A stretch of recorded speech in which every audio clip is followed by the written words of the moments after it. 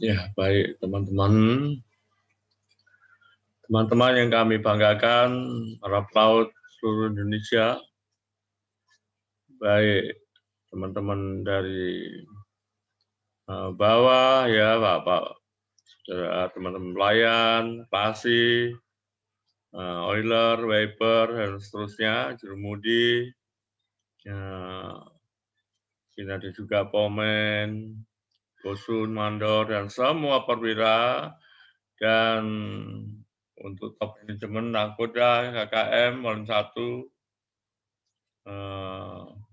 masinis 1, dan masinis semuanya. Inilah pertemuan kedua ya dari 11 yang akan kita bahas tuntas dalam tampilan bedah buku. Lalu kita diingatkan salah satu risiko di kapal yang paling berat itu kapal terbakar dan kemudian tenggelam. Nah, yang tidak kalah pentingnya sesuai SOLAS, Safety of Life SC, yang dijaga ketat adalah keselamatan jiwa. Jadi jiwa itu tidak pandang itu pelayan maupun nakoda sama harganya. Jadi yang beda jabatan di dalam struktur organisasi, tapi dalam kenyataan jiwa manusia adalah sama. Kita tidak bisa membeda-bedakan. Sehingga keselamatan jiwa menjadi tanggung jawab bersama, mulai dari pucuk pimpinan yang bertanggung jawab pengadaan, ya kapal sampai tutup laut, dan anak buah juga harus menyadari bahwa tentang keselamatan jiwa tanggung jawab bersama. Yang kedua tentang kapal, karena kapal juga merupakan alat penyelamat, ya itu harus disiapkan sebaik mungkin. Yang ketiga adalah barang-barang muatan dan barang-barang milik sendiri itu bisa dibuang, artinya bisa dibeli dan diganti oleh asuransi. Ya, demi keselamatan jiwa dan kapal, muatan pun boleh dibuang ke laut atas perintah nakoda. Nah, di kapal ada nakoda ya. Mari kita lihat modul yang kedua ini. Kami akan bahas tuntas 14. Semangat pagi teman-teman, teman-teman seprofesi maritim di laut yang kami banggakan semuanya. Di darat tentu ada bermacam-macam profesi. Di kantor ya, kantor pelayaran maupun kantor-kantor yang berkaitan dengan kapal. Dan di diklat banyak sekali yang sangat kami banggakan adalah profesi kita diabadikan, dipertanggungjawabkan, dan difamiliasi maupun dipublikasi ke seluruh Nusantara, bahkan ke seluruh dunia. Sesuai STCW Amandemen 2010, ini menjadi acuan kita, karena di dalam STCW Amandemen 2010 banyak sekali, tentunya disertai dengan Undang-Undang Nomor 17 tahun 2008 dan peraturan pemerintah dan Kepres, kemudian Kepmen, dan seterusnya. Selamat pagi, Assalamualaikum warahmatullahi wabarakatuh. Salam sehat sejahtera. Mohon izin memperkenalkan diri sebagai perwira pelayaran niaga, marine spesialis, juga marine surveyor, atau juga marine auditor, dan sebagai juga dosen ilmu pelayaran dan kemaritiman di BP3IP maupun STIP, Jajayat, dan di PMTS. Yang sangat mengasihkan adalah saya masih dipercaya menjadi penulis buku ajar maritim Indonesia. Iya, ini kita masih belajar, juga belum pakai apa. Semua dimulai dari belajar. Ada buku profesi budaya dalam kurung ya, yaitu merupakan ranah manajemen. Manajemen itu jangan dikira hanya para manajer saja. Manajemen itu berlaku semua orang. Nah, tentu disesuaikan dengan tugas, tanggung jawab, dan jabatan ya. Dalam hal ini manajemen keselamatan keamanan pelayanan maritim. Buku ini dilindungi oleh Hak Cipta Undang-Undang Nomor 28 Tahun 2014 sehingga tidak diizinkan untuk difotokopi, tetapi disediakan buku resminya ada di Koperasi BP3IP dan Koperasi STIP dan di pabriknya sendiri kalau memang ada pesan banyak. Ya, ISBN itu ya, International Standard Book Number. Kemudian penerbit EGC Jangkar Jakarta, penulisnya ada 3 orang. Saya sendiri, kemudian Kolonel Laut Widiko, MSc, MRE, Dr. Insinyur Desa Simatupang, MSc. Hari ini saya ingin melanjutkan pertemuan kedua bedah buku mengenai yang buku hijau ini, yang disebut buku Manajemen Budaya Keselamatan Keamanan dan Pelayanan Maritim. Tentu maritim ini meliputi kapal-kapal dan semua ranah pelayaran. Oke, maaf, ya. Modul ini berisi tanggung jawab KKM, manajemen keselamatan keamanan, meliputi pendaftaran kapal dan awak kapal. Jadi ini memang secara khusus ditujukan kepada KKM, walaupun di dalamnya adalah tanggung jawab untuk semua teknik maupun nautik ya. Intinya kedudukan hukum di kapal, jelas ya. Semua didasari hukum. Itu kalau diurut-urut masuk di bawah legal committee. Salah satu komite dari IMO. Pendaftaran kapal, registration of ship. Ya, artinya kapal itu resmi didaftarkan dan diketahui oleh seluruh dunia. Prosedur pendaftaran kapal, ya, ini baik orang, terutama untuk top manajemen ya, nakoda, KKM, 1 wajib tahu nih, apa belum sampai tingkat 1, tapi wajib tahu. Bahkan organisasi kapal ya tentu, kemudian tugas awak kapal bagian dek, tugas awak kapal bagian mesin. Secara singkat saya tampilkan seperti itu.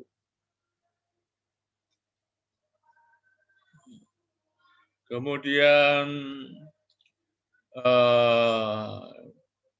ya sertifikat, maaf ya, CV saya ya, terdiri dari sertifikatnya dan bisa dibaca. Saya dari Semarang, kemudian TK, SD, STN Negeri 3, STM Negeri 4, Akpel ini Semarang. Dan waktu di akademi saya mendapatkan beasiswa atau scholarship ya.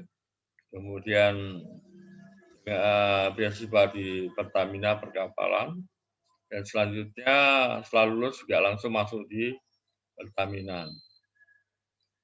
Ijazah yang berikutnya adalah status B. Nah, dan sekaligus dengan AMKB atau ATT 2 sekarang ini tahun 86, lulus 87, dan ATT 1 ya tahun 97, engineer tahun 2001, ijazah yang terbaru ATT yang berdasarkan peraturan pemerintah nomor 7 tahun 2000 ya. Ini perlu diingat bahwa semua pelaut tentunya bisa mencapai master ya dengan melaksanakan PP nomor 7 tahun 2000 ya. Dan saya juga senang belajar, senang membaca. Masuk universitas terbuka itu 5 tahun sampai untuk mengambil jurusan manajemen dari semester 1 sampai semester 10. Kemudian saya juga kepingin mempelajari material benda-benda besi, baja, dan lainnya. Saya masuk di Universitas 17 Agustus untuk mendapatkan sarjana teknik, terutama ilmunya, lulusan 2005, lupa saya 2005, 2004 ya. 2005, terus yang terakhir masuk sekolah tinggi teologi ya, itu untuk ambil magister ministry. Itu sebenarnya daripada kosong kita bisa menimba ilmu bermacam-macam. Tahun 2007 lulus 2009. Sedikit sebelum lebih jauh, ini kemarin di modul 1 sudah disinggung, yaitu CV saya di Pertamina 2004 sampai 2001, singkatnya Medco 2001 sampai 2014, Trada Maritim sampai 2016. Kemudian di Balai Samudra resminya SK mengajar tahun 2002. Berarti di samping saya kerja di Medco, setiap sore saya mengambil bagian agar di P3IP karena memang cukup banyak waktu itu pasti meledak sampai belasan kelas setiap ATT ya, dan ANT tentunya mulai dari 5. Kemudian ngajar di Jadayat, ya. Kemudian di Pertamina Marine Training Center, ini dulu belum banyak yang mengadakan training, Pertamina lebih dulu.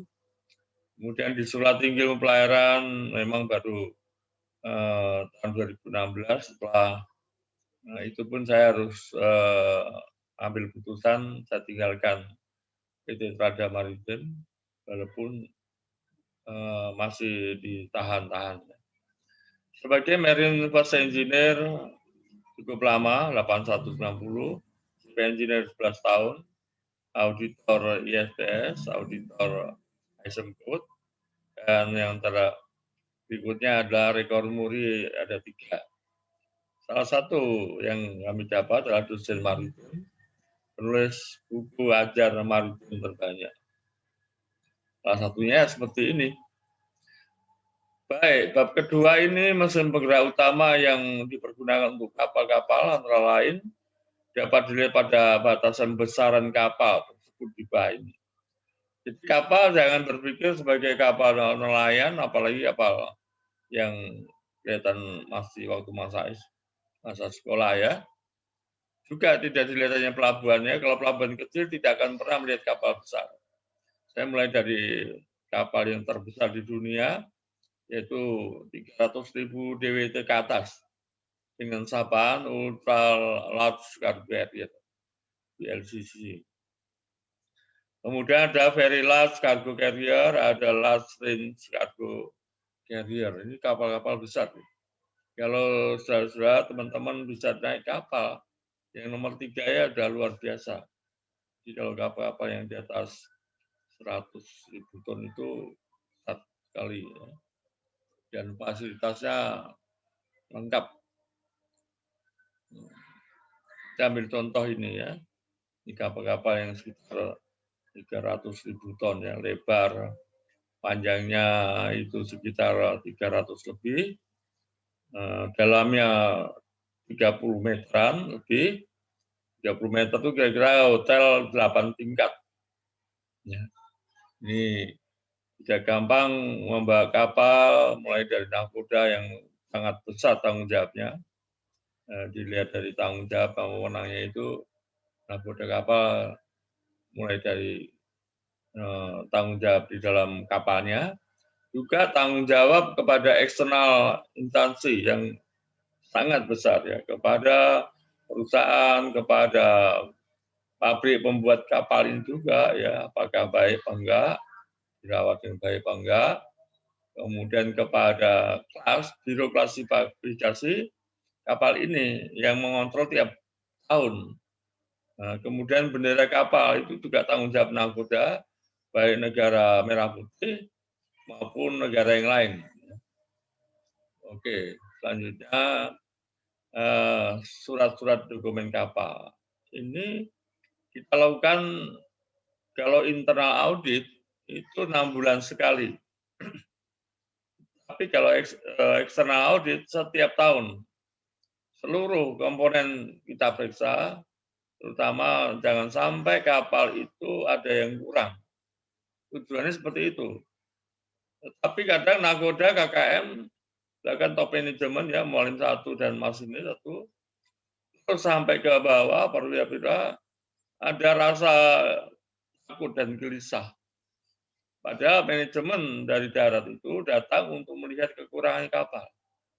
Jadi kita harus terbuka melalui YouTube channel ini, bedah buku, saya harapkan para nakoda akan berubah paradigmanya ya dengan jajarannya semua. Sehingga Kapten KKM, Mualim 1, Masih 1, ya 4 itu yang tiap hari makan satu meja, pagi, siang, sore, bahkan ada snack jam 9, jam 3, jam 10, jam 9 malam. Jadi kira-kira minimum 50% bicaranya adalah keselamatan kapal. Keselamatan jiwa anak buah kapal. Keselamatan muatan dan keselamatan kapal untuk jangka panjang.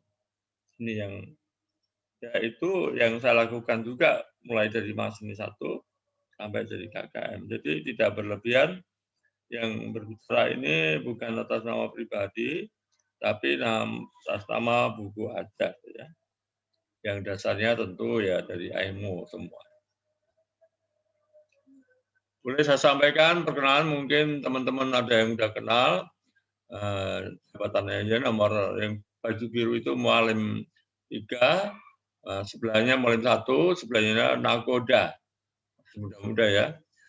Ini lagi adalah manajemen ya dari kantor, yang sebelahnya lagi yang gendut itu juga dari kantor, sebagai auditor juga ya, tim auditor. Yang baju merah adalah Marine Superintendent di kapal.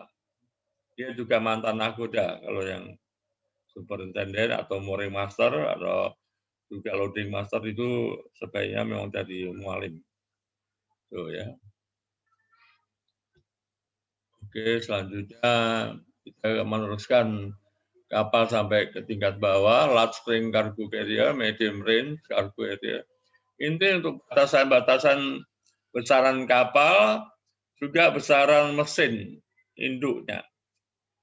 Biasanya itu merupakan pertimbangan untuk membuat kapal. Ya, besar kecilnya kapal. Kemudian untuk kepentingannya, kalau kapal tanker diperkirakan speednya berapa. Kalau kapal seperti kemas tentu mengharapkan kapal cepat. Sehingga mesin induknya lebih besar perbandingannya dengan muatan. Ini kita bersemua kapal dipertimbangkan antara muatan dengan mesin induk, karena 2 poin itu menjadi bagian yang terpenting pada waktu saat tender ya, saat menentukan nilai kontrak. Itu jumlah per bus ya, antara 6.000 sampai 16.500 DWT kapalnya yang muatan, tapi mesin induknya antara 4.000 sampai 10.000. Saat ini sudah ada kapal yang terbesar di dunia, mesin induknya 108.000. Ini luar biasa ya. Kemudian nomor 8, small 1, 9, small 2. Tentu setiap besaran kapal ini dilihat dari apa ya, besarnya, jabatannya, ijazahnya, ya salarinya atau gajinya berbeda-beda. Bapak bisa lihat di kapal 90.000 ton. Dengan DWT 90.000 ton ini mesinnya 20.000 power. Jadi hampir 1:5.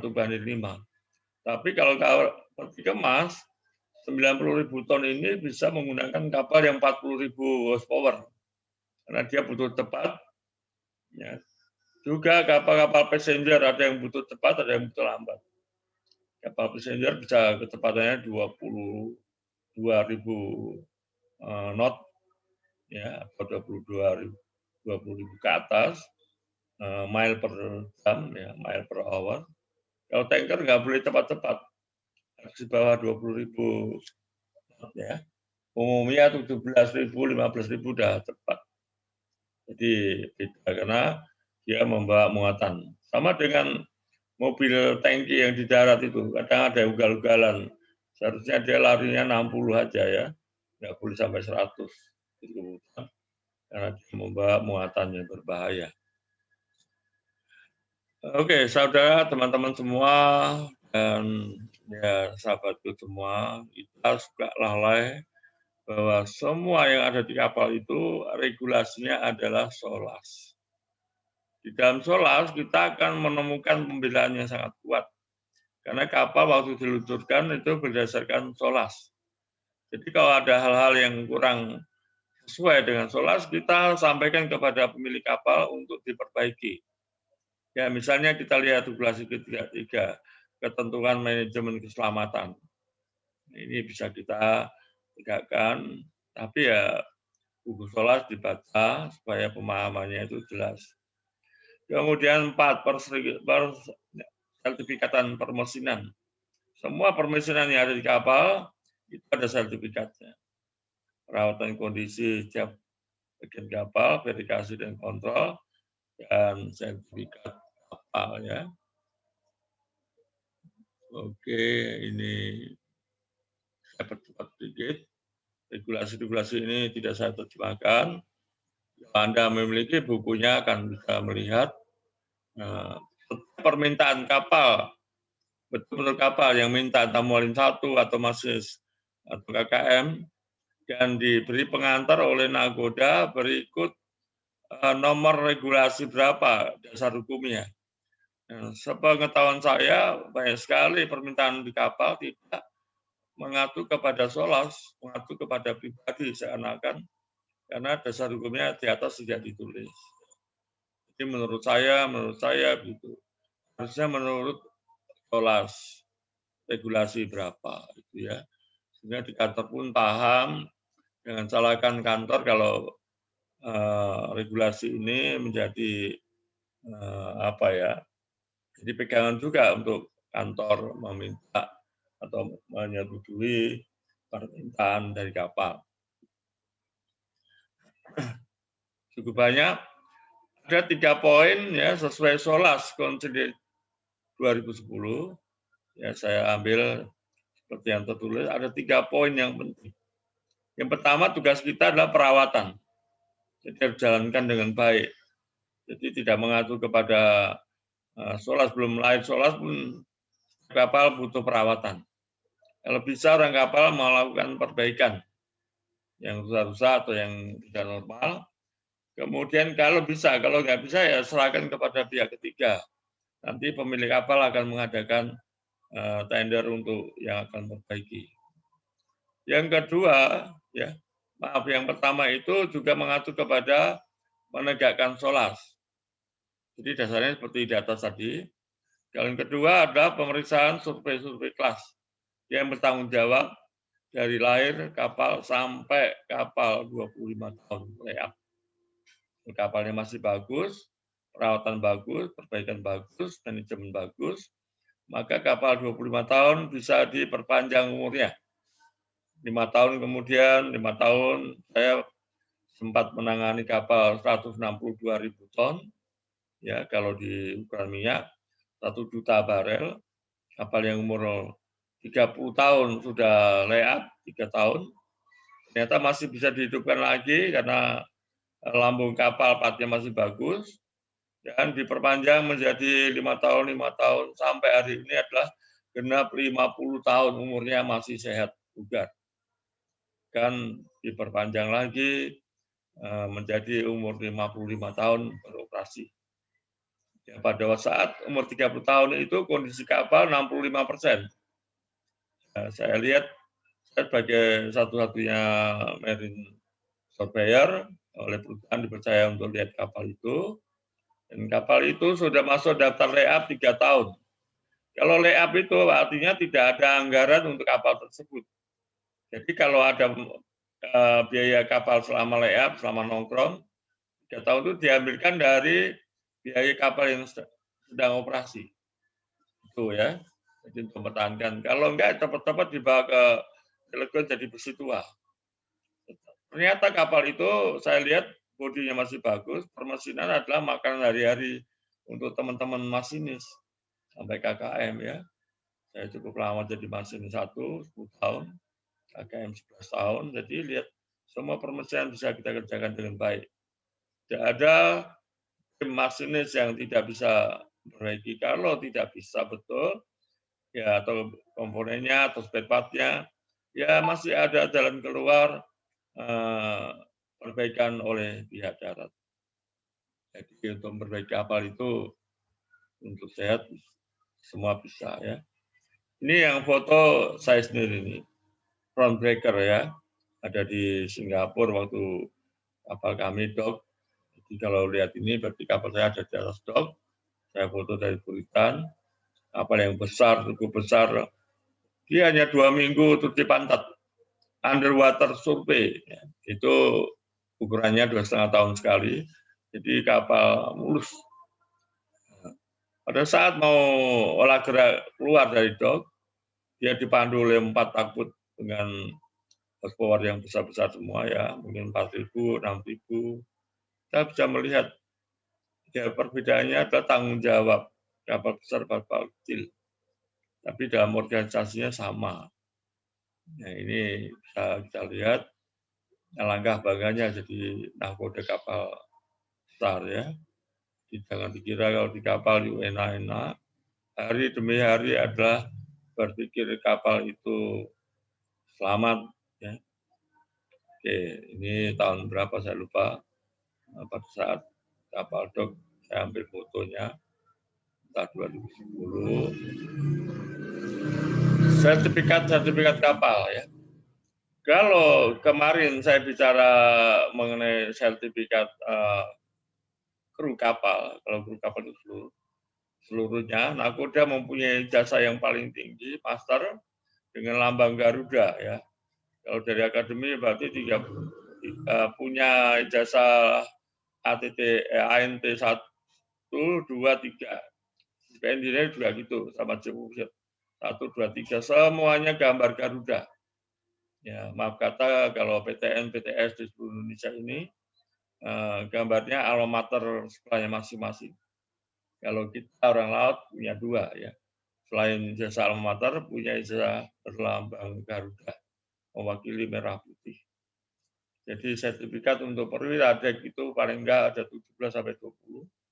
Kalau untuk perwira mesin antara 15 sertifikat yang online ya, online berdasarkan STJW 2010. Sebelumnya enggak masuk daftar, sudah diupdate semua.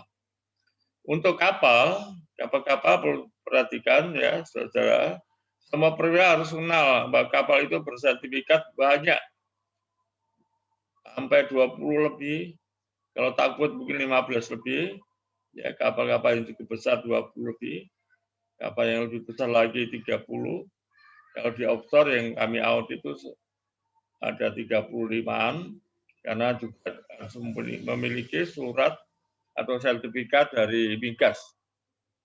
Ini Cargo Ship Construction, Cargo Ship Safety Equipment, Cargo Ship Safety Radio, dan masih banyak lagi yang mandatori sekali adalah classification dan machinery classification. Ini jelas.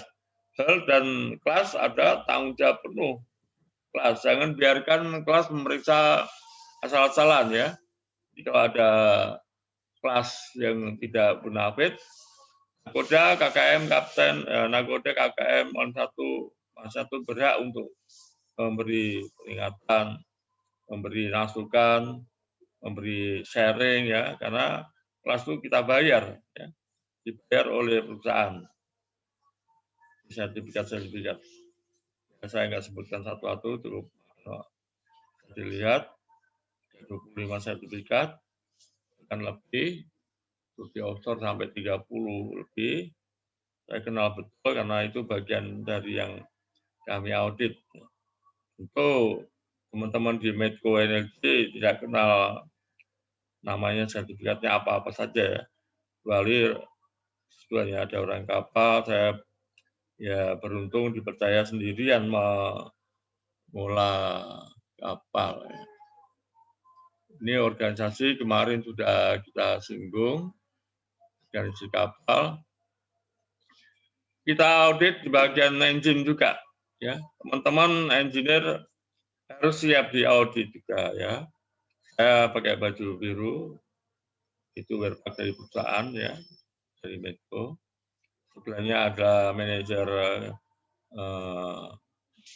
marketing, ya, di marketing. Kita mulai dari sebelah kiri itu second engineer, chief engineer, di belakang ada juga third engineer, terus manajer marketing, terus saya sendiri, sebelahnya lagi electrician, sebelahnya lagi juga tim kami, insinyur dari UI. Ya, kami ajak supaya tahu apa yang mau kita catat.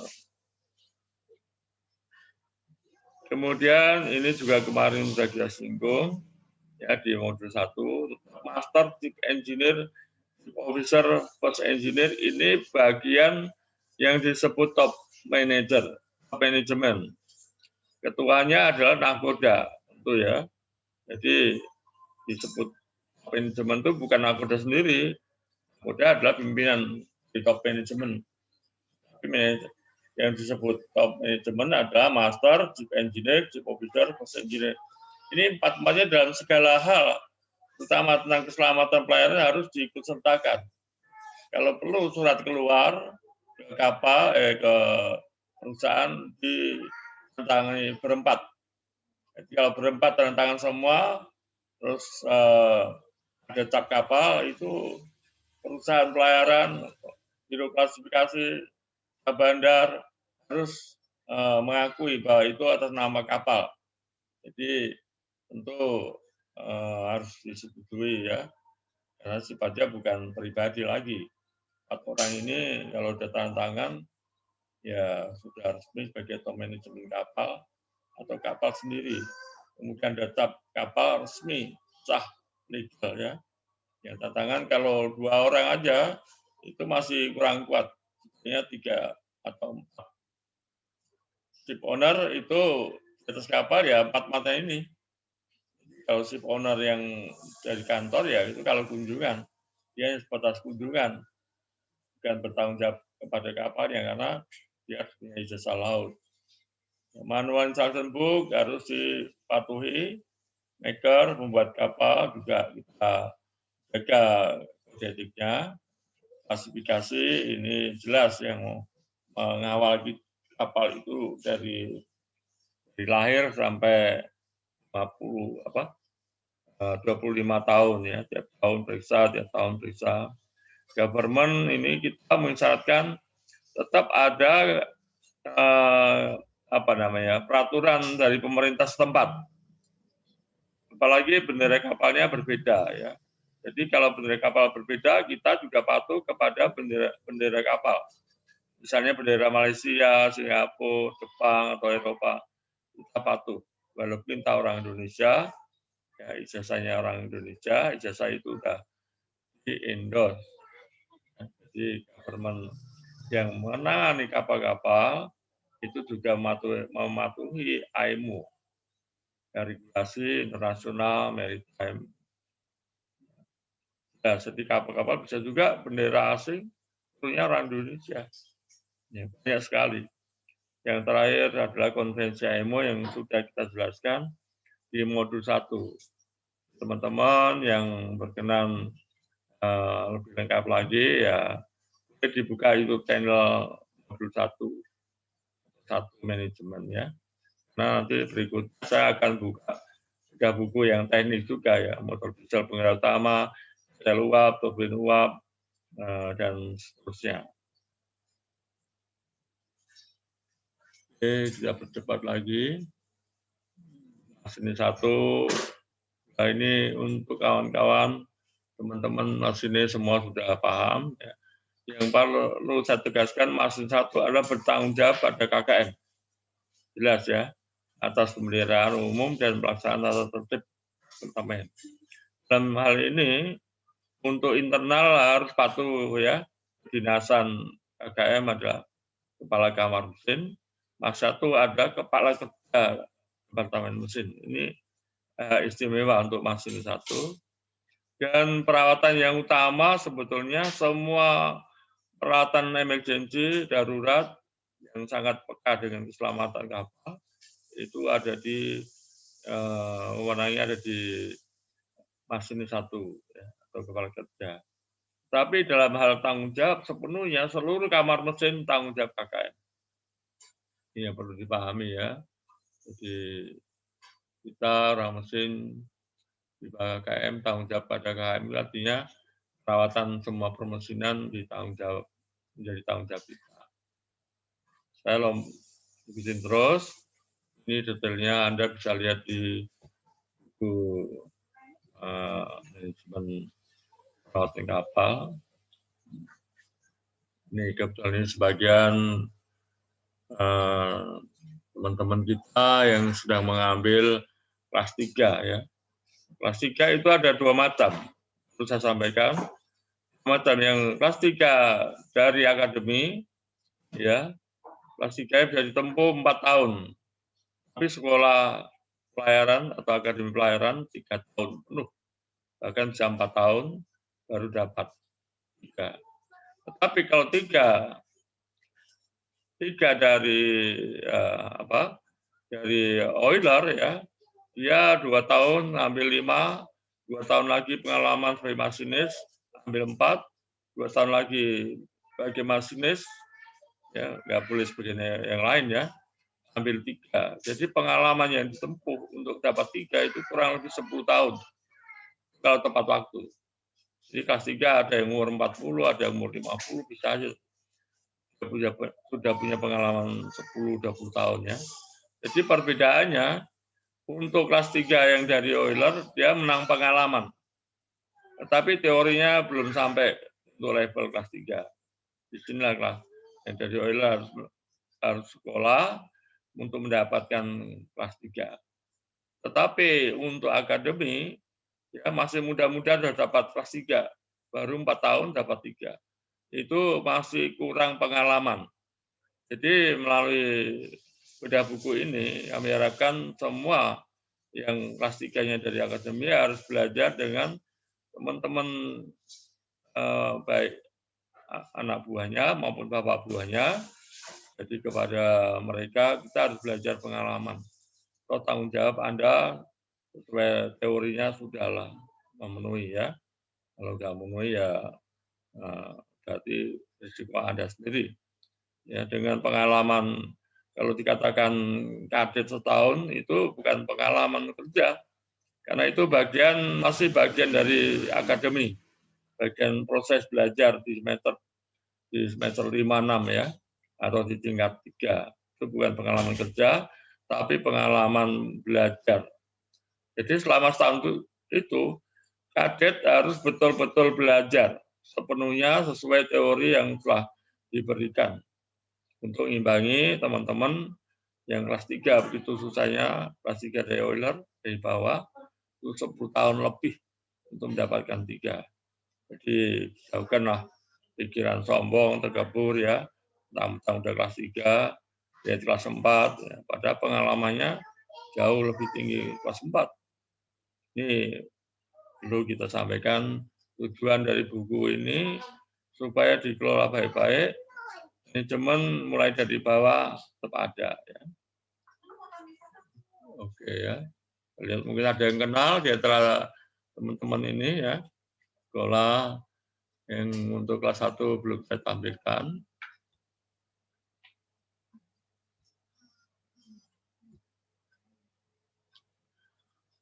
Nah, ini yang tadi sudah kita singgung ada 7 tanggung jawab KKM, juga 7 tanggung jawab Nahkoda. Kalau Nahkoda ditambah lagi 7 tanggung jawab yang istimewa. Terus ditambah lagi tanggung jawabnya adalah KKM ini kalau lihat tanggung jawabnya sangat luar biasa.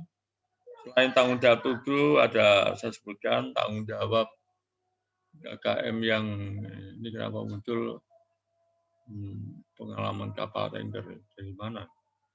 Ya bolehlah, tapi ini sekilas info ya. pengalaman saya tertulis di atas. Jadi port engineer, second engineer yang biasa disebut masih satu, chief engineer, marine specialist. Artinya setelah dapat satu tidak berhenti sampai di situ aja. Anda teman-teman semua yang sudah selesai kelas 1, seperti tahun ini saya mengajar 4 kelas 1 di PP3IP dan STIP 2 kelas, masih bisa berkarya ya, sebagai marine specialist, marine auditor, untuk ikut mempertahankan kondisi kapal. Ya, ini jabatan kapal-kapal yang kita bawa. Untuk kebanggaan kami adalah waktu menangani offshore, itu rupanya ada dokumen kapal. Ini sama ya, yang tadi itu kapal yang kedua ya 90.000 ton, setelah itu 65.000 ton, dan yang 40.000 ton juga. Saya lompati lagi, sedikit lagi. Ya, masih tanggung jawab KKM. Di buku ini saya tuangkan tanggung jawab KKM yang internal, itu ada 25 item yang seluruhnya kalau dilaksanakan dengan baik. Saya 11 tahun chief engineer itu berusaha. Dan tanggung jawab ini juga didelegasikan kepada masinis 1, 2, 3, 4, 5 sampai ke mandor. Mandor delegasikan lagi ke anak buah. Tidak mungkin seorang KKM atau seorang nakoda bisa memikul tanggung jawab yang banyak sendirian. Oleh karena itu, kesimpulan dalam manajemen kapal adalah membentuk teamwork yang bagus, sesuai jabatan dan tanggung jawabnya. Tentu jabatan tanggung jawab dengan salarinya juga ya, dengan gajinya. Jadi teman-teman yang masih di bawah ya berusahalah untuk naik daun, naik jabatan dengan ujian, ambil kelas 5, ANT 5 atau ACT 5 untuk terus. Jangan biarkan 5 tahun, lebih 5 tahun masih jadi oiler terus ya, jadi klasik terus. Selama 5 tahun manajemen mengatakan harus berubah. Jadi kalau kita nggak singgung di kantor ya 5 tahun itu terus jabatannya. Di kapal harus berubah. Ini paradigma yang saya dapatkan dari berbagai seminar, berbagai ilmu pengetahuan. 5 tahun kita harus berubah. Ya, ya pasti berubah umur ya, berubah gaji harus ya, cari yang lebih baik. Tetapi juga harus berubah ijazahnya, berubah pengalamannya, berubah pengetahuannya supaya mendapatkan lebih ya. Tidak bisa ini tadi ada 7 tanggung jawab KKM. Ini saya tuliskan ada 25. Ya baik, kalau lihat begini KKM secara pribadi pasti minggir ya. Nggak berani melaksanakan. Tapi kita kan bagi mahasiswa, masih 3, 4, 5 mandor ya. Semua dibagi-bagi ya. Ini hebat nih kalau karena nakoda demikian juga. Nakoda memang butuh pimpinan. Jadi kalau saya sebut ya mualim 1 sebagai kepala departemen, bagi mualim 2, 4, 5, kapal besar sampai 4 ya. Masinis sampai 5 pernah juga ya saya alami. Kemudian kepada semua jajaran perwira maupun kepada kepala kerja foreman, yaitu serang untuk bagian dek, mandor mesin bagian mesin, dan seterusnya ya. Ini meliputi sebetulnya seluruh tanggung jawab KKM. Kalau eksternal seperti inilah, tiap item harus dipertanggungjawabkan. Ya, dikit lagi, 4 poin lagi. Ini coba 24 yang harus tanggung jawab. Ya, tanggung jawab kita ya. Kira-kira teman-teman semua pelaut di seluruh Indonesia, sahabat-sahabat yang sangat luar biasa ya. Ternyata untuk mempertahankan kapal selama 25 tahun lebih. Saat ini sudah banyak kapal yang umurnya 30, 35, 40, dan satu contoh yang saya tangani kapal 162.000 ton sampai umur 50, tanpa didukung oleh pemilik kapal, tanpa didukung oleh biro klasifikasi yang benar, ya diperiksa yang benar, tanpa didukung oleh prosedur-prosedur yang benar, yaitu tiap tahun kelas 1 periksa, 2,5 tahun harus underwater survey, kelas surveyor, ya semua dasarnya dari kelas, 5 tahun sekali harus ada spesial kelas survei, tahun ke-6, ke-7, dan seterusnya harus dilaksanakan, sehingga performan kapal itu tetap tegar. Ya, walaupun umur 25 tahun kita menghadapi cuaca alam ya normal. Kecuali force major ya, bencana alam dan lain-lain itu di luar kekuasaan kita. Tapi dalam keadaan normal, ya kapal normal. Hindari. Jangan sampai terjadi mesin mogok-mogok tengah laut. Ya. Kalau digandeng itu biayanya sudah 2-3 kali lipat dari biaya operasi. Kemudian jangan sampai terbakar, itu pasti ya miris, bisa mengakibatkan korban jiwa. Yang jangan sampai ya. Yang mikir gambarnya ya ini memberi isyarat bahwa semua orang berpikir apa. Tentu yang dipikir saya nggak sama dengan yang dipikir teman-teman semua ya. Dipikir nakoda tidak sama yang dipikir KKM.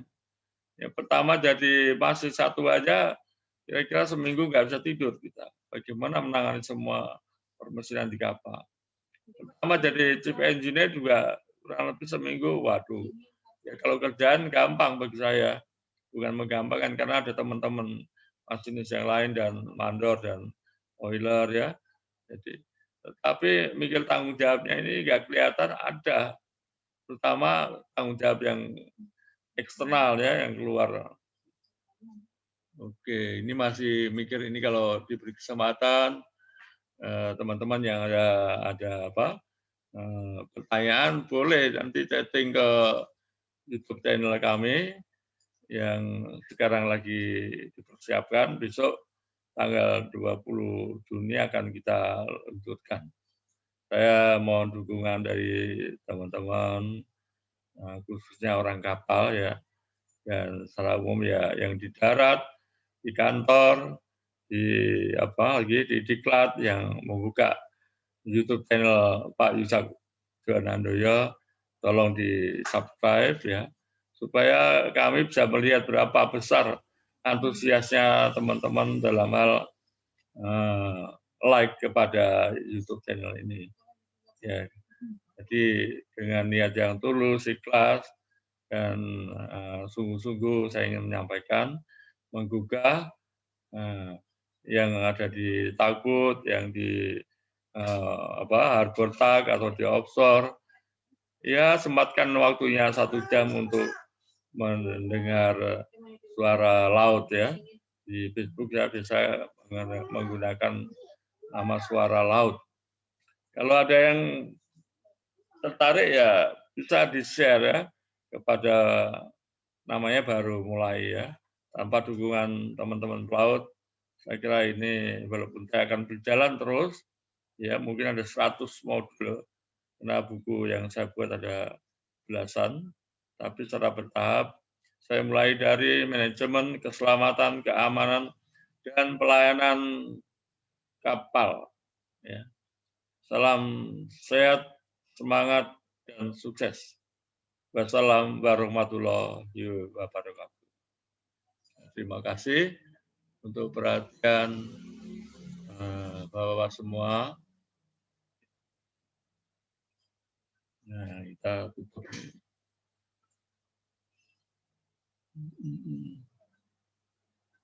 Save ya.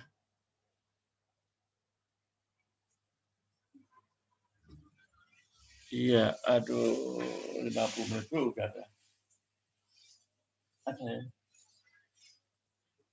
Lakukan juga. Terus setelah subscribe, nah udah. Terus N. Habis N,